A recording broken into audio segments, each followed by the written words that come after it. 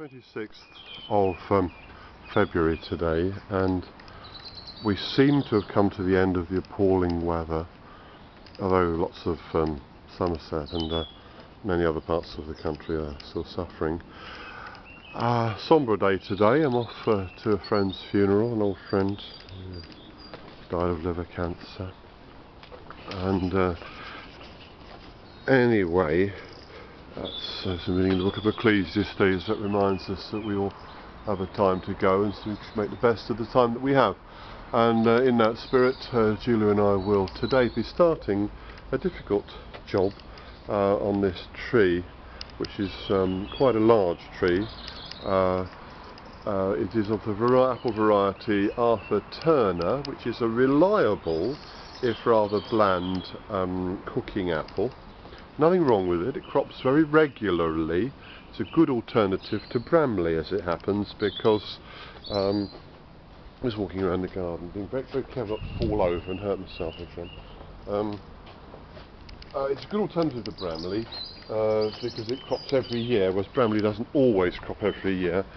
It's quite it's a more manageable tree than Bramley, but this particular one is a very, very large tree.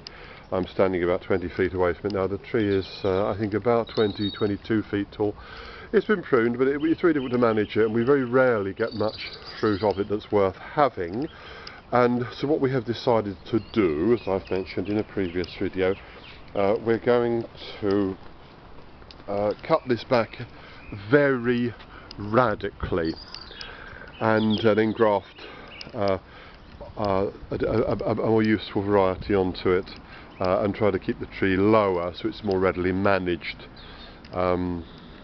I've decided to graft Queen Cox onto it. I haven't said much about Queen Cox. It's a variety we have recently grown. We've just had a few fruit from it last year, and it's a very good variety. It's every bit as good as the traditional Cox, but it's easier to grow, and you may be hearing more from us about Queen Cox in the future. We thought, well, we won't always be living in this house, and this house obviously is not connected with our orchard, apart from the fact that we live here. So, you know, nobody knows what the future holds, and we'll be, you know, one day we might move house, and we'd like to leave a really good tree behind us. And Cox is possibly the most famous and popular apple. And one of the problems with Cox, Cox's orange pippin, is it's a very weakly growing tree. It doesn't grow well. It's a weak, slow grower.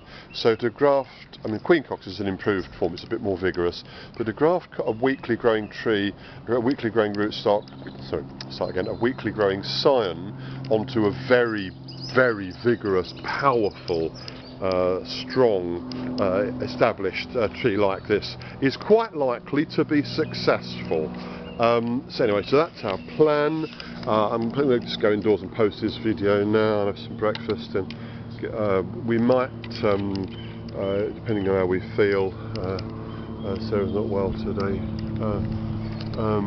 we will come out and start dismantling this tree, carefully leaving behind a few selected uprights here that we can graft onto.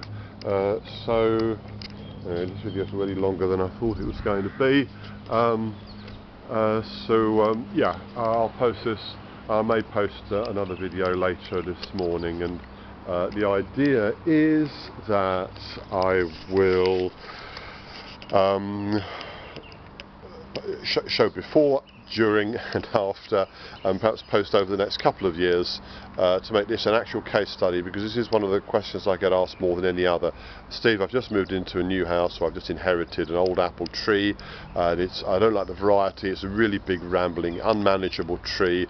What can I do? Well, I'm very hopeful to be able to make this a YouTube video series, which I'll try to keep in sequence and number and label them correctly, so that people can access them, and we'll see what actually happens. So you hear it before it begins.